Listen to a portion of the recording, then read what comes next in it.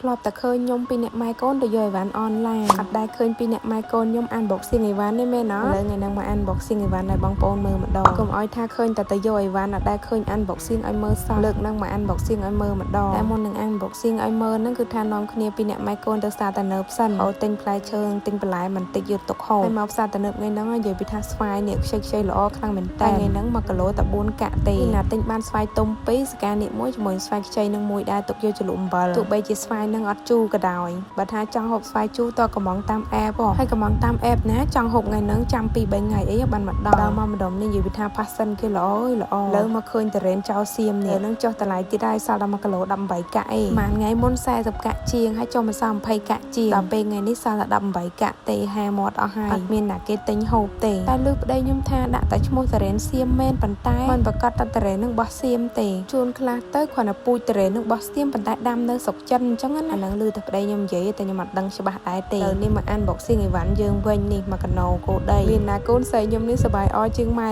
ទៀតហើយអីវ៉ាន់ទាំងអស់ហ្នឹងសិតតែរបស់កូនរបស់ម៉ែរបស់ឪទិញមកប្រើប្រាស់ទេកូនខ្ញុំវិញនិយាយពីថាឃើញម៉ែ unboxing យើងនិយាយថាសន្លឹងអត់ដាក់ភ្នែកហ្មងមើលនោះហ្នឹងទិញមួកមួយទុកពេលមេឃក្តៅខ្លាំងយើងអាចពាក់បានតែបងប្អូនខ្ញុំពាក់មួកហ្នឹងទៅសង្ហាឥឡូវចូលកញ្ចប់ទី2អានេះកំប៉ុងយកមកទុកសម្រាប់លាយលេជាមួយនឹងយើងចង់ដាក់សាប៊ូដាក់អីទៅសនុកសបាច់វាចេញមកអញ្ចឹងស្រួលអញ្ចឹងណាទិញ500 ml មួយជាមួយនឹង1000 ml មួយពេលណាលាបលេបាននឹងទិញលេលាបហើយពួកអីខានលាបលេមក2ឆ្នាំហើយនេះតាំងពីមុនពោះកូនឥឡូវនេះកូនចង់មកខួបហើយនឹងមានដែរបានលាបអីសោះហ្មងហើយនេះវិញកៅអៅរបស់បងថ្លៃខ្ញុំក៏ទិញឲ្យកូនខ្ញុំនឹងឯងបងថ្លៃខ្ញុំផ្លេចខ្លួនទិញកៅអៅឲ្យក្មួយរហូតមានណាក៏ទិញខោនេះមកទុកសម្រាប់ពេលអូនធំតិចទៀតបើអាវវិញពាក់ល្មមគាត់ថាឥឡូវហ្នឹងខែក្តៅចឹងឲ្យខោទិញទុកផ្លេតទៅគីឡូមកដល់ខែត្រជាក់អីហ្នឹងបងអូនស្លៀកបានអញ្ចឹងទេទុកស្លៀកឆ្នាំក្រោយហ្មងទៅពួកអីវាត្រជាក់ស្រួលមានណាម៉ែនេះទិញអាវការពារក្តៅថ្ងៃនេះដែរនេះពួកអីអាសាជិះម៉ូតូទៅផ្សារពីអ្នកម៉ែកូនពេកអាវនេះគេហៅអាវ UV មានអីពាក់ទៅឡើងត្រជាក់សាច់ហ្មងណាមកដល់នេះគឺអាវ UV ដូចគ្នាទិញទុក